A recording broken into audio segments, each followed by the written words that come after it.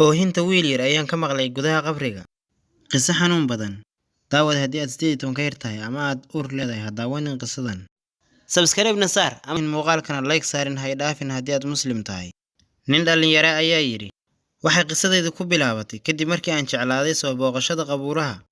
Anigoo xasuusanaya xaaladaha adduunyada, mid lagu waana qaatana ay ugu wanaagsan tahay, aakhiradan ay xasuusinaydo, iyo waxaan kula kulmayo dhulka hoostiisa.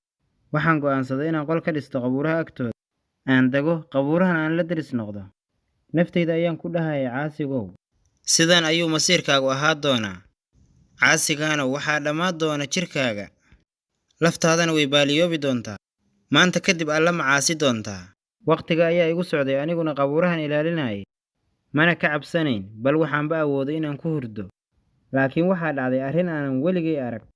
Maalmaha mid ka mid ah qabuuraha waxaa yimid nin si uu u duugo naag, asagoo aad u degdegsan. Ninkaasna lama aysan socon wax aan ahayn 3 nin. Waxay ku dadaaleen inay naagtii duugaan ayagoo degdegaya. Qabuurihii ayayna ka tageen ayagoo degdegsan. Naftayda ayaan ku dhahay anigoo yaaban. Janaase meeshan lama keenaynin, ilaa waxaa la socday dad aad u fara badan oo galbinaya. Naagtan maahane, maydkeedana ma soo raacin wax aan ahayn 4 qof. Aaway ehelkeedii iyo asxaabteedii iyo deriskeedii. Waxaa lagama maarmaana meeshaas inuu shaki weyn ka jiro. Naagtana sir badan ayaa ku qarsoon. Ninkii dhalinyarada ah ayaa yiri qabrigeeda ayaan tagay anigoon garanayn.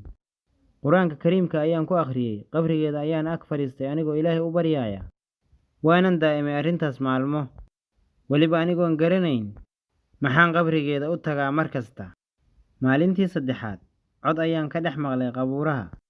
Sida cunug yar inuu ooyayo. Waxaan isiri waxaan aniga ismoodsiiyey. Siduu cunug yar codkiis uga soo baxaya qabriga gudihiisa. Qabriga ayaana ka tagay oo qolkayga ayaan aaday.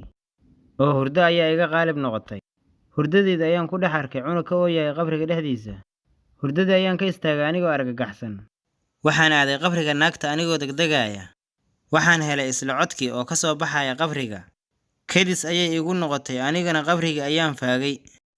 Ma aanan garanayn waxaan sameeyo. Waxaan ahaa sidii mid la qafaashay oo aan tabar lahayn. Sidaas ayaana sameynaya anigoon waxba ogeyn. Gudaha ayaan gaaray waxaanan ku arkay cunug yar. Waana jiif yar oo jooga hooyadiis agtiisa. Waan yaabay oohin ayaanan jabsaday. Waxaana idhi, Subhanallah. waxaan astahan Allah jiifka ku ilaaliyo caloosha hooyadiis, kaasoo awooda jiifka inuu nooleeyo asagoo hooyadiis dhimatay. Cunugii ayaan qaaday qabrigiina waan daboolay mar kale. Anigoo dareemaya taasoo dhan inay tahay wanaag. Caqligayguna uusan rumayn waxa dhacay. Waxaan aaday magaaladii naagta. Dadkii magaalada ayaana wax ka weydiiyay naagta. Waxayna ii sheegeen inay naagtan u qaaday uur xaraam ah. Kuwii soo duugayana waxay ahaayeen walaalkeed iyo adeeryaalkeed. Ehelkeeda ayaana dilay oo duugay. Si ay uga takhalusaan saamaynta dembigan xun iyo raadkiisa iyo ceebtiisa. Dadkii magaalada ayaa ii sheegeen haddii aan siiyo cunugan ehelkiisa inay dili doonaan. Mana rabaan inay korsadaan cunug zina ah. Aad ayaana ugu wareeray arrimahaas. Mana garanayo wax aan sameeyo. Cunugii ayaan hayay waxaan sugayaa inuu Ilaahay iigu siyaadiyo hanuun. Ilaahay run ayuu sheegay markuu yiri, ولا تقربوا الزنا إنه كان فاحشة وساء سبيلا. ha u dhawaanina sinada maxaa yeelay waa xumaan isagaana waddo ugu xun.